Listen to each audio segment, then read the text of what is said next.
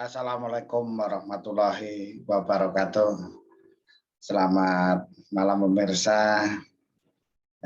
Jumpa kembali dengan channel Agus Susanto, channel yang akan membahas mengenai berbagai macam budidaya pertanian.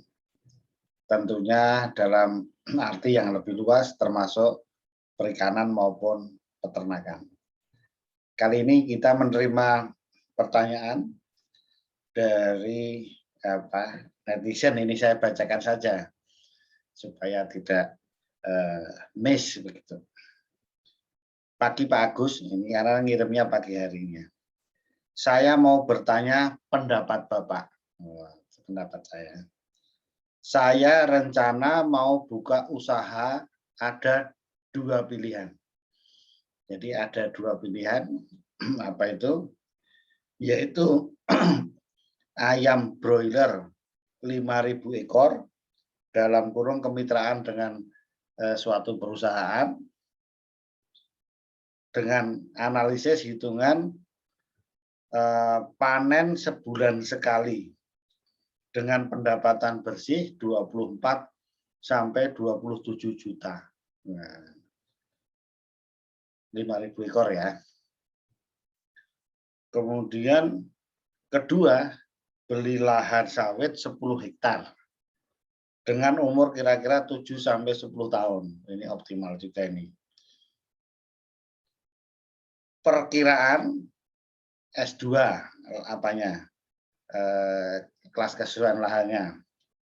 Mana yang lebih menguntungkan Pak? Kira-kira. Oh, ini ada dua pilihan.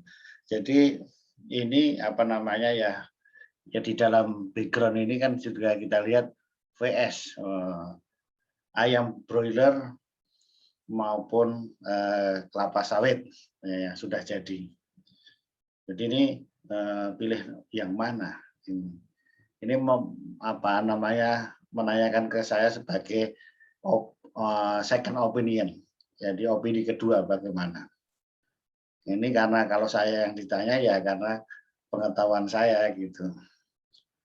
Yang kedua, yang pertama bahwa saya nggak tahu ini ayamnya itu petelur atau pedaging.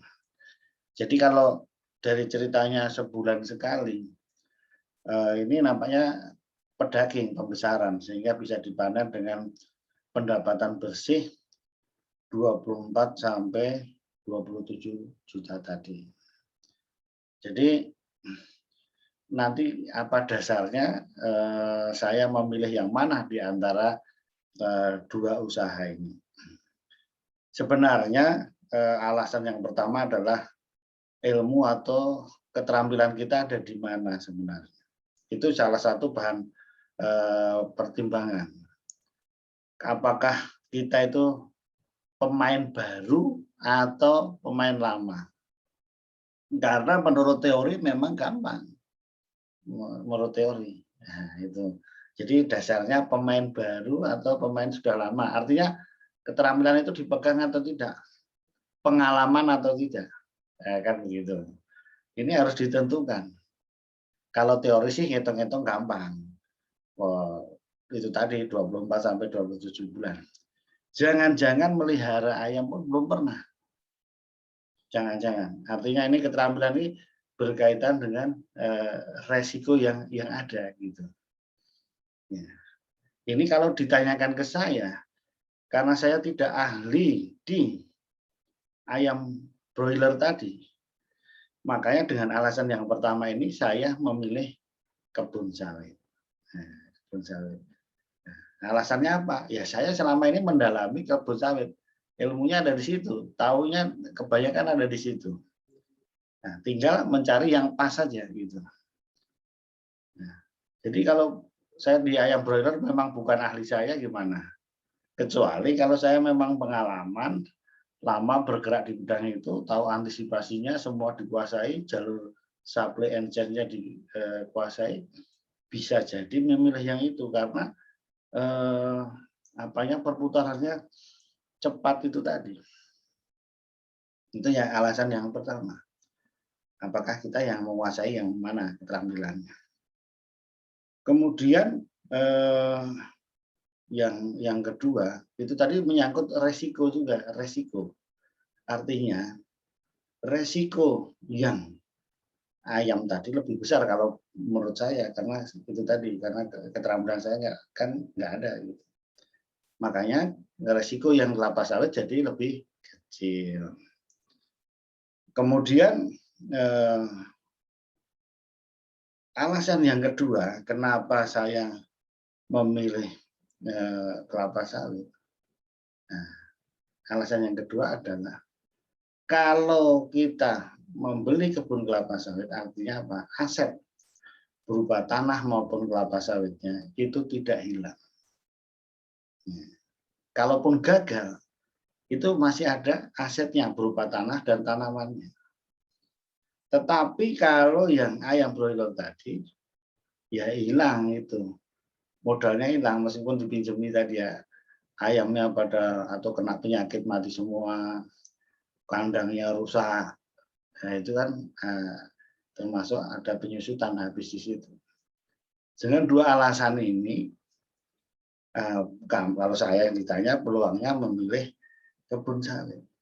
Ya, karena satu tadi kami ahlinya di situ, kemudian resiko kegagalannya lebih kecil dan asetnya tidak hilang. Bahkan kalau kita membeli kebun sawit itu tidak berhasil pun itu sudah untung. Karena apa? Nilai tanahnya juga meningkat, bertambah. Nah, bahkan tidak ada sawit pun nilainya meningkat. Ditambah lagi, apalagi berhasil, bahwa di dunia ini tanah itu tidak bertambah, justru berkurang penggunaannya. Jadi nilainya pun akan bertambah tanpa usaha kelapa sawit itu sendiri.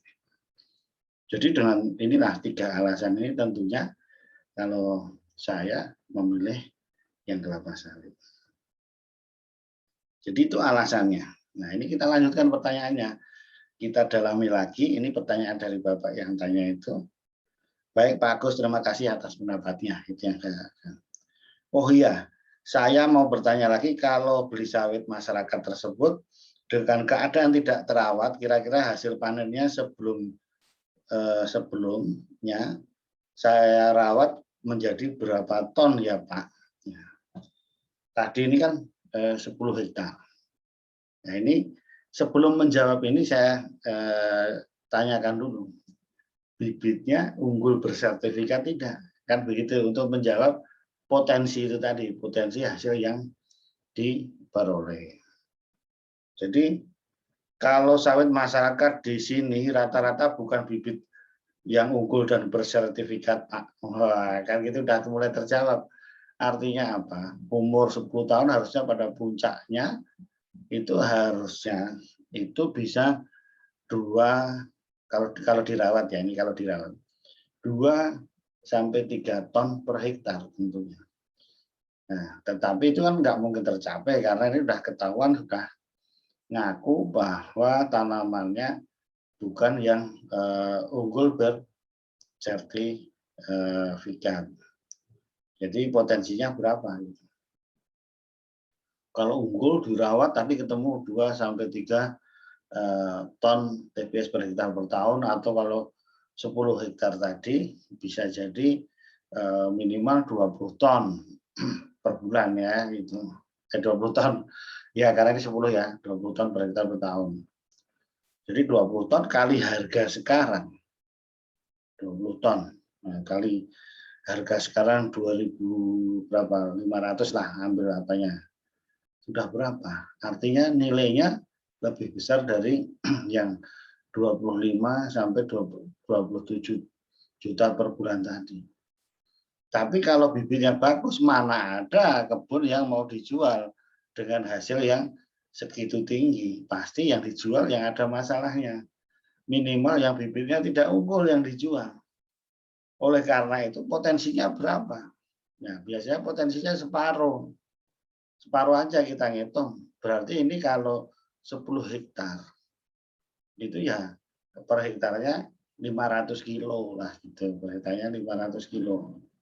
Jadi dapatnya berapa? 500 kilo kali 10, 5 ton. Nah, 5 ton ya. Nah, 5 ton kali harga 2.500 itu tadi. Berapa? 5 ton kali 2.500. Nah, biar tepat ya.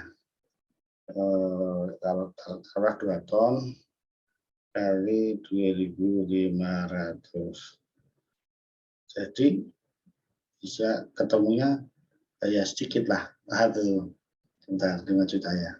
Nah, jadi per bulannya, jadi 500 kilo, 500 kilo, 500 kilo kali 10.